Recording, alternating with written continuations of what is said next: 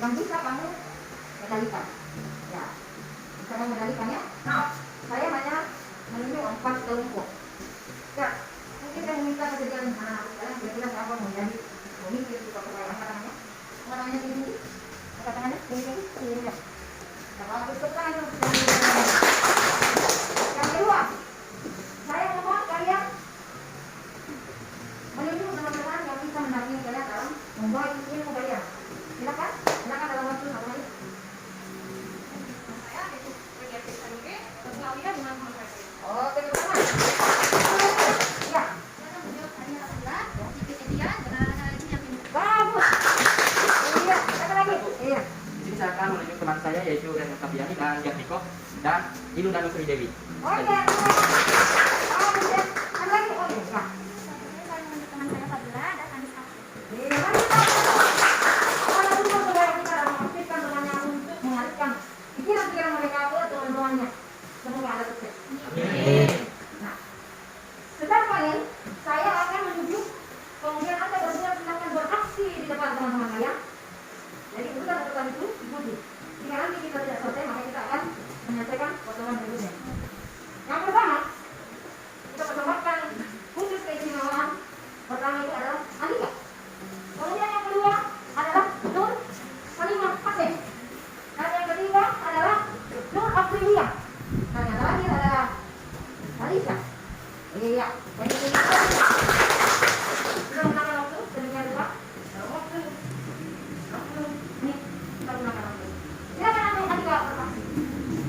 Oke, assalamualaikum warahmatullahi wabarakatuh. Ya, pada kesempatan kali ini yaitu pada kegiatan tutor sebaya beraksi. Di sini saya akan membimbing 3 orang teman saya, yaitu Ilu dan Sri Dewi, Jatmiko dan Reno Sabiani, untuk menjelaskan mengenai ini yaitu diantaranya hukum medal 1, hukum medal 2, pautan seks, penyakit dan kelainan. Pada kelompok saya akan menggunakan media laptop yaitu di kantor presentasi, yang dimana nanti semua pada presentasi di kelompok saya akan menggunakan media tersebut. Nah, untuk lebih jelasnya dan lebih lanjut, di sini saya akan menunjukkan di kantor presentasi yaitu mengenai tutor sebaya beraksi. Di sini saya sendiri Andika yang akan nanti memandu teman-teman saya yang 3 orang ini untuk melakukan presentasi materi biologi. Nah, kemudian selanjutnya kita sama-sama berterima kasih kepada Ibu Haji Fatimah Mati selaku guru pembimbing yang telah membimbing kami dalam menyelesaikan tugas-tugas yang telah diberikan. Nah, kemudian lanjut. Di sini saya akan menunjuk Ilu dan Sri Dewi untuk maju mempresentasikan 3 materi yang telah saya berikan dan akan disusun dengan pertanyaan pada PowerPoint. Kepada Ilu dan saya persilakan. Terima kasih atas kesempatan yang diberikan oleh teman saya Andika. Kali ini saya akan mempresentasikan mengenai materi yang akan saya bawakan. Yang pertama yaitu hukum Mandel 2. Lanjut, apa itu hukum Mandel 2? Hukum Mandel 2 ini juga biasa disebut dengan hukum assorti atau law of independent assortment atau hukum berpasangan secara bebas. Dalam hukum ini setiap sifat bisa berpasangan dengan sifat lainnya yang tidak sealel pada saat pembentukan gamet. Lanjut yang kedua, apa bedanya dengan hukum Mandel 1? Perbedaan hukum Mandel 1 dan 2 adalah sifat yang disilangkan. Pada hukum Mandel 2 bersumber dari Kana Cademi. Terjadi persilangan antara 2 individu yang berbeda dengan 2 sifat beda atau dihibrid. Lanjut. Siapa yang menemukan hukum Mandel 2? Nah, hukum Mandel 2 ini ditemukan oleh Mandel saat dia melakukan percobaan terhadap tumbuhan yang disilangkan kepada tumbuhan lainnya. Ya baik, itulah tadi presentasi dari teman kita yaitu Ilu dan Sri Dewi. Mari kita berikan tepuk tangan. Nah, selanjutnya untuk teman saya yaitu Reno Sabiani. Nah, kepada Reno Sabiani saya persilakan. Assalamualaikum warahmatullahi wabarakatuh. Perkenalkan, nama saya Reno Sabiani, rekan sebaya dari Andika Gunawan Hidayat. Saya mengucapkan terima kasih kepada Andika Gunawan Hidayat yang telah mempersilahkan saya untuk maju presentasi ke depan. Nah, waktu pembelajaran mengenai bioteknologi, saya memilih kata tempe, keju, dan roti, yang dimana sudah dijelaskan oleh guru saya, Ibu Haja Fatimah Abu Masih SPD NPD, bahwa karakter saya yaitu konsisten dalam mengolah suatu produk yang pasti. Kedelai yang diolah menjadi tempe, susu yang diolah menjadi keju, dan tepung yang diolah menjadi roti. Nah, sebelum saya menjelaskan materi yang akan saya bawakan sesuai dengan karakter saya yaitu konsisten, sehingga saya akan tetap berdiri di tempat saya untuk menjelaskan tiga materi yang akan saya bawakan sampai nanti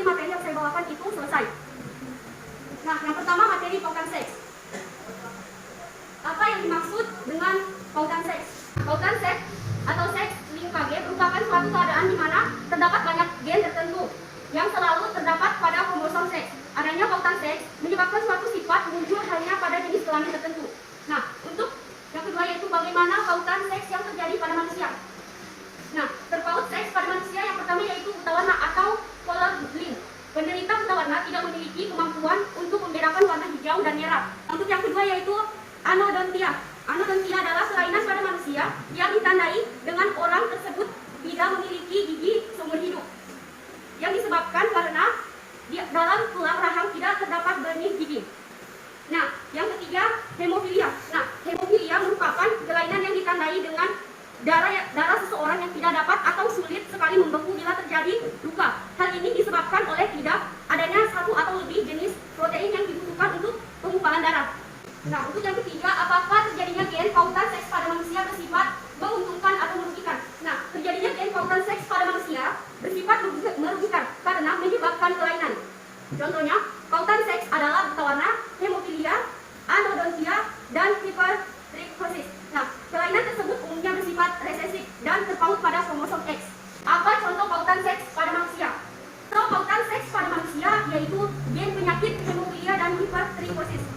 Nah, yaitu siapa yang pertama kali memperkenalkan pautan seks? Nah, pautan seks pertama kali diperkenalkan Thomas Hunt Morgan berdasarkan eksperimennya pada sifat warna mata pada lalat buah atau Drosophila melanogaster, di mana warna merah berupa gen dominan W pada mata lalat buah terpaut kromosom X dan tidak berhubungan dengan kromosom Y. Materi kedua yaitu materi gen letal. Apa yang dimaksud dengan gen letal? Nah, gen letal atau gen kematian adalah gen dalam keadaan homosigotik atau homosigot menyebabkan matinya individu yang memilikinya. Dengan itu, hadirnya gen letal pada suatu individu menyebabkan perbandingan fenotip dalam keturunan menyimpang dari hukum Mendel. Nah, untuk yang kedua, apa saja macam-macam dari gen letal? Nah, macam-macam dari gen letal yaitu yang pertama, gen letal dominan. Gen letal dominan menyebabkan kematian pada keadaan homosigot dominan. Pada keadaan heterosigot biasanya penderita hanya mengalami kelainan. Yaitu gen letal resesif. Gen letal resesif ialah gen resesif yang bila homosigot akan menyebabkan matinya individu. Untuk pertanyaan yang ketiga yaitu bagaimana cara mendeteksi dan mengeliminir gen-gen letal? Mendeteksi dan mengeliminir gen-gen letal dominan dalam keadaan heterosigotik akan memperlihatkan cacat, tetapi gen letal resesif tidak demikian halnya. Berhubungan dengan itu, lebih mudah kiranya untuk mendeteksi hadirnya gen letal dominan pada suatu individu daripada gen resesif. Gen-gen letal dapat dihilangkan atau dieliminir dengan jalan mengadakan perkawinan ulang kali pada individu yang menderita cacat akibat adanya gen letal. Tentu saja, hal ini lebih mudah dapat dilakukan pada hewan dan tumbuh-tumbuhan tetapi tidak pada manusia. Untuk yang keempat yaitu bagaimana suatu individu dapat mengalami gen letal. Nah, adanya gen letal ini dapat disebabkan oleh mutasi atau akan dibahas pada bab berikut, yaitu gen letal akan berpengaruh atau dapat menyebabkan kematian saat individu masih berada dalam embrio pada saat kelahiran individu atau setelah individu berkembang dewasa. Nah, untuk yang terakhir yaitu apa akibat adanya gen letal pada keturunan. Nah, gen letal atau gen kematian adalah gen yang dalam keadaan homosigot atau menyebabkan matinya individu. Berhubungan dengan itu, hadirnya gen letal pada suatu individu menyebabkan perbandingan fenotip dalam keturunan menyimpang dari hukum Mendel. Untuk materi yang ketiga yaitu hukum Mendel 1. Apa yang dimaksud dengan hukum Mendel 1? Nah, hukum Mendel 1 atau hukum segregasi atau pemisahan mengutip sumber belajar adalah pemisahan pasangan alel secara bebas pada saat pembelahan meiosis dalam pembentukan gamet. Dalam hukum ini, jumlah kromosom diploid akan diturunkan menjadi haploid. Nah, untuk yang pertanyaan kedua yaitu apa bunyi hukum Mendel 1? Bunyi hukum Mendel 1 yaitu ketika berlangsung pembentukan gamet, dua gen yang berpasangan akan dipisahkan ke dalam dua sel atau gamet secara bebas. Nah, untuk yang ketiga yaitu mengapa hukum Mendel disebut hukum segregasi bebas. Nah, perlu kita ketahui hukum Mendel disebut juga hukum segregasi bebas. Kenapa? Karena pada hukum ini gen di dalam alel mengalami pemisahan atau segregasi secara bebas saat pembentukan gamet. Alel itu sendiri adalah pasangan gen yang terletak di lokus yang sama pada kromosom homolog. Nah, untuk pertanyaan yang keempat, siapa yang pertama kali menemukan hukum Mendel? Nah, hukum Mendel pertama kali ditemukan oleh seorang biarawan asal Austria, Gregor Johann Mendel, bersumber dari Encyclopedia Britannica. Mendel pertama kali melakukan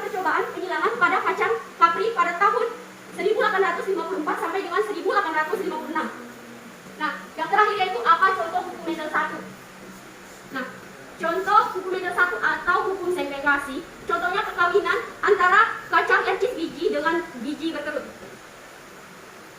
Nah, sekian presentasi dari saya mengenai 3 materi tadi, yaitu pautan seks, gen lega, dan hukum meter 1 yang dikaitkan dengan karakter saya yaitu konsisten. Nah, untuk kedepannya dalam segala hal itu yang dimana saya bisa membanggakan kedua orang tua saya, menjadi anak yang berbakti kepada kedua orang tua, dan yang pastinya saya bisa menggapai cita-cita agar saya bisa membahagiakan mereka untuk kedepannya. Nah, sekian saja materi dari saya, lebih dan kurangnya mohon dimaafkan. Bila taufiq wal hidayah. Wassalamualaikum warahmatullahi wabarakatuh. Itulah tadi presentasi dari teman kita yang Dr. Yani. Kita selanjutnya untuk presentasi satu materi lagi yaitu penyakit dan kelainan. Saya akan menunjuk Yatmiko untuk maju ke depan. Baik, pada pertanyaan yang selanjutnya yaitu apakah hukum mandel ini sifatnya universal buat seluruh sifat genetik? Oke, banyak faktor yang bisa mempengaruhi rasio fenotip dan genotip dalam suatu spesies makhluk hidup, seperti penyimpangan sebuah hukum Mandel, gen terpaut, hingga mutasi dan kelainan genetis. Penemuannya sendiri, Gregor Mendel, masih ragu bahwa hukumnya berlaku umum, yaitu berlaku di berbagai sifat, bukan hanya sifat-sifat yang diamati di tanaman. Meskipun itu penemuan dari kerja keras dan kesabarannya, Mendel menjadi salah satu penemuan paling penting dalam sejarah genetika di dunia, hingga Mendel dijuluki Bapak Genetika. Nah, apa bunyi hukum Mendel 2? Oke, hukum Mendel 2 atau asortasi berbunyi, ketika berlangsung pembentukan gamet, gen-gen yang memisahkan diri dari suatu pasangan akan secara bebas berkelompok dengan gen-gen lain yang berasal dari pasangan lain. Baik, slide selanjutnya. Materi penyimpangan semu. Apa itu penyimpangan semu? Penyimpangan semu hukum Mendel merupakan bentuk kesilangan yang menghasilkan rasio fenotip yang berbeda dengan dasar dihibrid menurut hukum Mendel.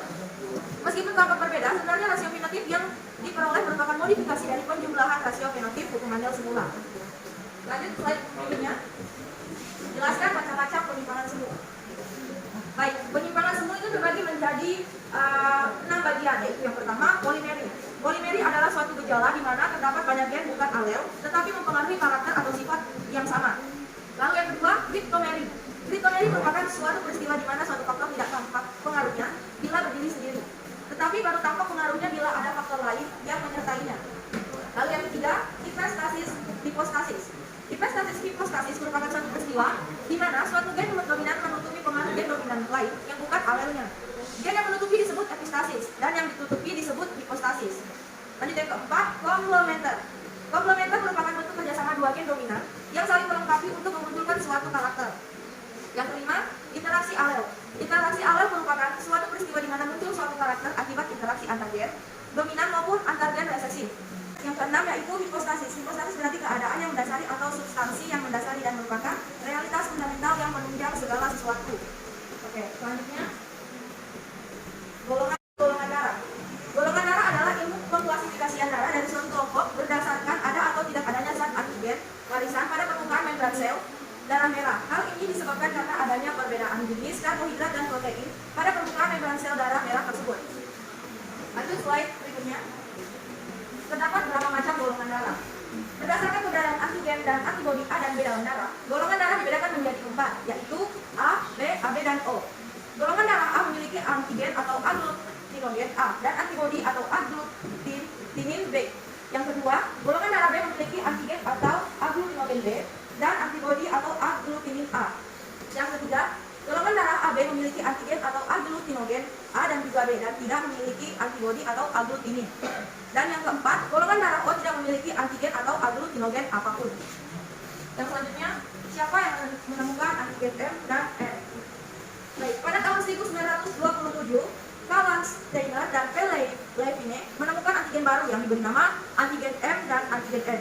Sel darah merah seseorang dapat mengandung salah satu dari kedua antigen tersebut. Penggolongannya ada 3 macam, yaitu golongan darah M, N, dan NN. Baik, selanjutnya, apa sih agglutinogen itu? Agglutinogen itu adalah jenis protein yang dapat menggumpal atau agglutinasi dan terdapat pada eritrosit. Sedangkan agglutinin adalah jenis sel antibodi yang dapat menggumpalkan agglutinogen. Agglutinin terdapat pada plasma darah. Apakah perbedaan resus negatif dan resus positif? Resus positif tidak bisa memberikan darahnya ke resus negatif karena akan terjadi penggumpalan antigen donor oleh antibodi resipien. Namun sebaliknya, resus negatif tidak dapat mendonorkan darahnya ke resus positif. Oke, mungkin itu saja yang dapat saya presentasikan pada pagi hari ini mengenai 3 materi yang saya bawakan tadi, yaitu yang pertama hukum handle 2, penyimpangan semu hingga golongan darah. Nah, kebetulan saya di sini memiliki karakter yaitu selalu berpikir positif. Mungkin untuk kedepannya saya akan selalu berpikir positif mengenai apa yang akan saya lakukan kedepannya, yang mungkin bisa membantu masyarakat untuk kedepannya. Mungkin dengan mendonorkan darah atau membuat suatu percobaan persilangan terhadap tanaman, dan mungkin banyak hal lagi yang mungkin bisa saya lakukan yang positif dan bisa membantu masyarakat ataupun orang sekitar saya. Baik, saya Ilham Sri Dewi dari kelas 12 IPA 2. Saya ucapkan terima kasih atas perhatiannya. Assalamualaikum warahmatullahi wabarakatuh dan salam sejahtera. Warahmatullahi wabarakatuh. Waalaikumsalam. Perkenalkan, nama saya Jasmiko. Di sini saya akan menjelaskan 2 materi yaitu penyakit dan kelainan. Pertama-tama saya akan berterima kasih kepada Mas Andika yang telah mengizinkan saya untuk mempresentasikan penjelasan materi saya. Penyakit keturunan. Apa itu penyakit keturunan? Penyakit keturunan berasal dari mutasi atau perubahan sifat yang diturunkan dari salah satu atau kedua orang tua kepada anaknya. Penyakit ini umumnya sulit atau bahkan tidak bisa dicegah.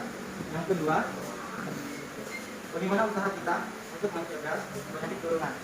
Ada 5 cara untuk menghindari penyakit turunan ini. Yang pertama, olahraga secara teratur. Kedua, mengonsumsi makanan bernutrisi. Dan yang ketiga, hindari merokok dan paparan bahan kimia. Keempat, kelola stres. Dan yang kelima, cek ke dokter secara berskala. Selanjutnya, mengapa suatu penyakit dapat diturunkan dari orang tua kepada anaknya? Penyebabnya itu kerusakan gen dalam tubuh.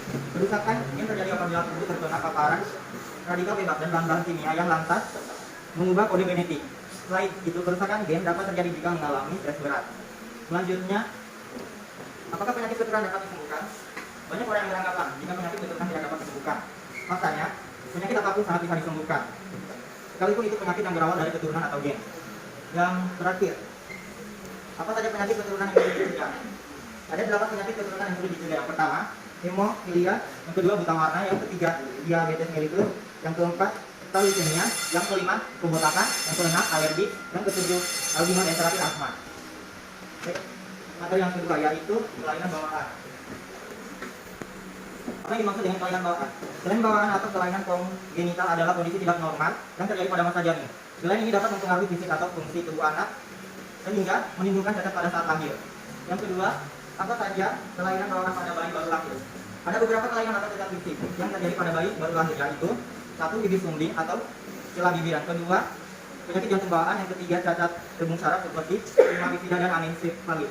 Yang terakhir, bagian tubuh tidak normal seperti kaki bengkok. Yang ketiga, apa penyebab kelainan bawaan? Kelainan bawaan atau kelainan kongenital adalah kelainan yang didapat sejak lahir. Kondisi ini disebabkan oleh gangguan selama masa tumbuhan janin dalam kandungan. Yang keempat, bagaimana cara mengatasi atau mencegah terjadinya kelainan bawaan pada saat bayi di dalam kandungan? Ada beberapa hal yang bisa dilakukan oleh sang ibu mencegah terjadinya penyakit bawaan ini, seperti diet yang baik selama masa reproduksi, hindari paparan zat berbahaya seperti logam berat dan pestisida, tingkatkan cakupan vaksinisasi, khususnya vaksinisasi terhadap virus rubella untuk anak-anak dan ibu. Yang terakhir, apakah perbedaan antara kelainan bawaan dan penyakit turunan? Penyakit turunan adalah penyakit yang diwariskan secara genetik, contohnya seperti buta warna. Sedangkan penyakit bawaan adalah penyakit yang kelainannya berkembang selama periode kehamilan dan manifestasinya ada sejak lahir. Demikian dari penyampaian materi saya.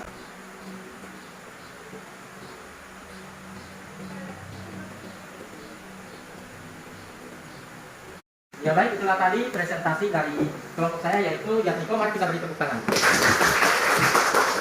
Nah, kemudian selanjutnya saya akan menampilkan beberapa sumber yang telah kami ambil materinya dari presentasi teman saya tadi. Nah, kemudian tidak lupa kita juga harus tetap mematuhi protokol kesehatan karena pada saat ini lonjakan COVID di Indonesia sudah semakin meningkat. Nah, baik, itulah tadi presentasi dari kelompok saya. Selanjutnya saya akan serahkan kepada tutor saya lagi yaitu Siti Nurhalimah Haseng dan anggotanya untuk melakukan presentasi. Kepada Siti Nurhalimah, silakan.